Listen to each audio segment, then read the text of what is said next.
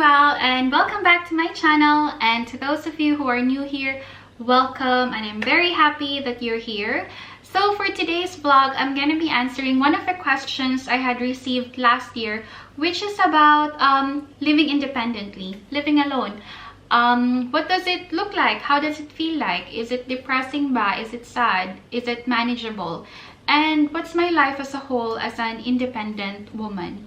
So to better paint a picture on this, I think it would be best if I will be sharing with you my journey from my childhood to my growing up years, because I think that was my preparation in order for me to be able to live this kind of way, this kind of lifestyle and managing by myself. So I was born and raised in a small town in Surigao del Sur, and I was the youngest child for 13 years up until my other sibling, my other sister came. So growing up, I would say life was fairly easy, fairly simple for me. And what I mean by that is I can have everything that I want. I think it's true what they say na if you're the youngest, parang you're very spoiled, because that was really me growing up. Konting iyak, konting lambing kay mama, then I can get to have all the things that I want. Gadgets, clothes, shoes, parang bags, like toys, parang you name it. I was very blessed to have very hardworking parents as well. And I think that's why my other siblings were jealous of me, because even if we fight, even if it's my fault, it's gonna be my ate, it's gonna be my kuya's fault. So I was really the baby that time. And so we were also blessed to grow up with a helper. So I really don't do household chores. I have no idea about all those things. Parang ang papel ko lang is school and then bahay, and then my only problem is what clothes to wear on a Wednesday, what bag to wear, what shoes to wear, what things that I can show off to my friends. So if you can imagine, I was very maarte, very suplada, very kikay kind of girl growing up. So that was me till high school. When I entered college, my parents sent me to Bohol to study nursing. I was with my other siblings. I was with my kuya that time. But even if that was the case, I was the one managing the finances for the whole month. So my parents sent us money, and then I was the one giving the allowances to my kuya, their tuition. I was the one budgeting the groceries for the month or for the week. And I think that was the seed. That's where it all started. Parang I did not notice it, but that was my preparation on becoming fully independent. After graduating college, I then entered the workforce. I went to a much bigger place, which is Cebu City, and I started working as a call center agent, wherein I was earning my own money. And living alone, living independently started in that small room in Apas, which I rented for 2,500 pesos. It's just very small room. Now when you enter, you can definitely see the bed directly and just a small closet.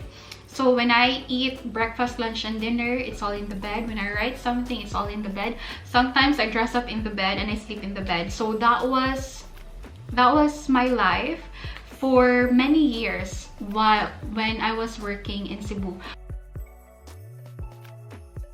To be honest, in the first few months, I would not really say na it was hard, because it was more of very exciting. I was exploring my newfound freedom. Like, you know, there will be nobody there to tell you now, oh, don't do that. So it was just more of depending to my instinct, and it's always more about my decisions. So nobody would nag me na it's wrong, it's right. So it's all me. And it's a new place. I have met new people, new things to discover. So it was more of a honeymoon phase for me. Although the only thing that I find really difficult is when you get sick, because you are by yourself.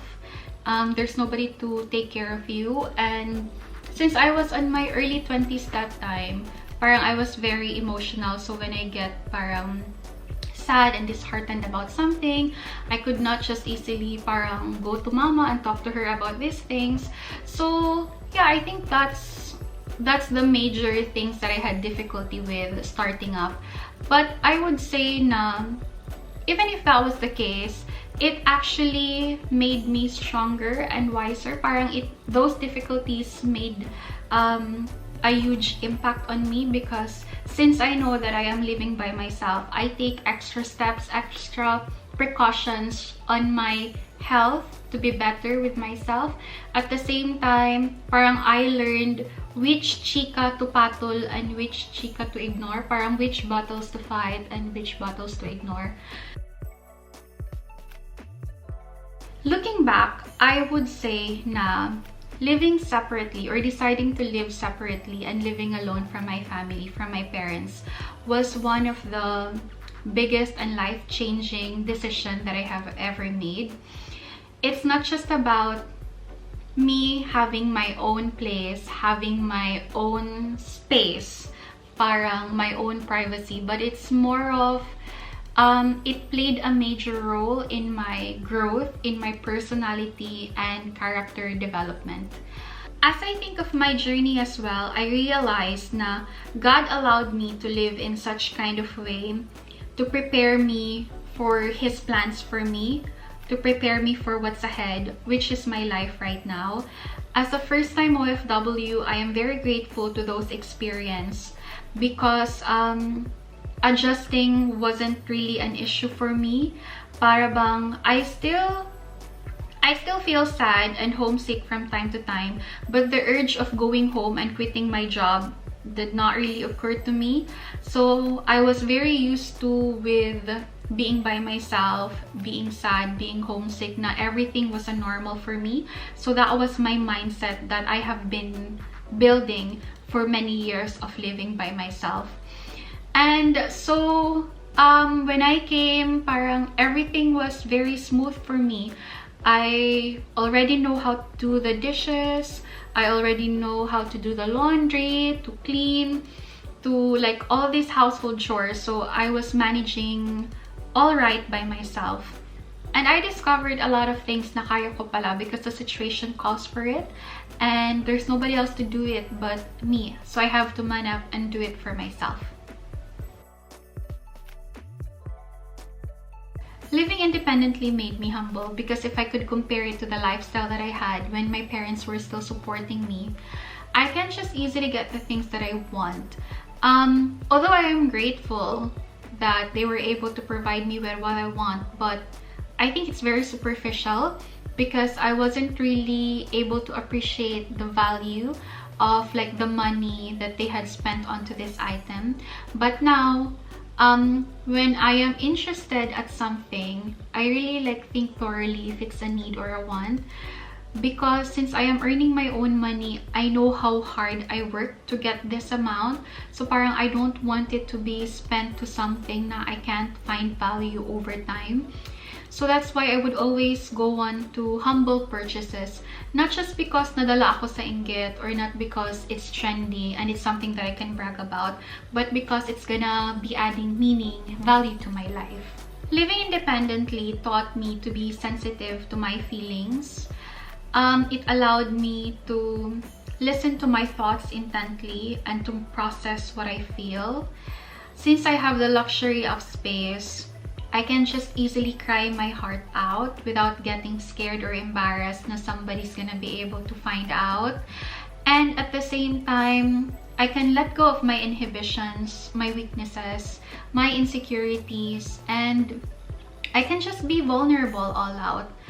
So since I was able to like parang discover more of myself in a much deeper meaning, I then began to be accepting with my own flaws and be forgiving with my mistakes, with my weaknesses. And so I became a kinder version to myself, and in turn became a kinder person to others as well, who always thinks of what other people feel. And since living independently goes hand in hand with being financially responsible with yourself, I learned the true value of giving. Para bang I have been in that situation na I didn't really have anything. I know what it feels to have nothing in your bank account and just parang wala, na parang you're helpless and hopeless. So parang I was also in that situation where I was asking and desperately in need for help and got rejected. So I know how hurtful it is for our ego, for our pride. And so whatever I have, I would share it, because I always think na I am in this position to give, and I am really blessed to give. And all in all, I think the greatest learning that I had from living alone, living independently, is that I had a greater and much deeper connection with God. Since I have the luxury of space, I can just easily parang sit in a corner and just have a quiet moment with God, where I can tell Him my insecurities, my disappointments, my anger, my dreams, my prayers, and I can just like go all out and worship Him in parang in such a way. I had my safe haven. I have this place where I can meet God and be in the presence of God whenever I want, whenever I need. So yun. And now, my advice or tips to those of you who are planning to live separately from your family or to be independent na, to be living independently, is to know your why. Why do you want to move out? If the answer to your why stems out from an emotional drive na gusto mong may mapatunayan ka sa family mo, sa parents mo, sa relatives mo, or kasi trending siya. Because to be honest, it's really a trend nowadays. Like I have seen lots of videos about living alone diaries, and parang it's aesthetically pleasing to the eyes. So if gusto mo lang makisabay sa uso, I would say na it's almost always going to fail. It's almost always going to backfire you kasi your why is not deeply rooted.